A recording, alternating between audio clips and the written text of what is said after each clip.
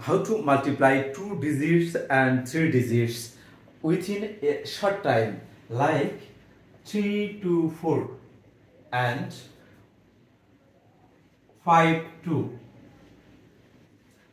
Firstly, you have to multiply 4 into 2. 4 jar 2 is equals to 8. You have to write 8 here. And secondly, you have to multiply 4 and 5, 20, and 2 jar 2 is equals to 4. Total is 24. 24. You have to write 4 is here and wholes 2.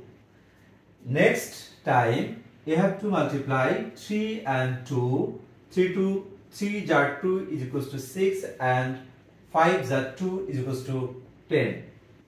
And wholes 2 is equals to 6 to 8 and 1.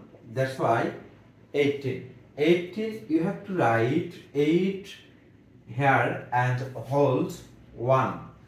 Again 3 jar 5, 15. 15 and whole 1 is equals to 16. Here you have to write 16.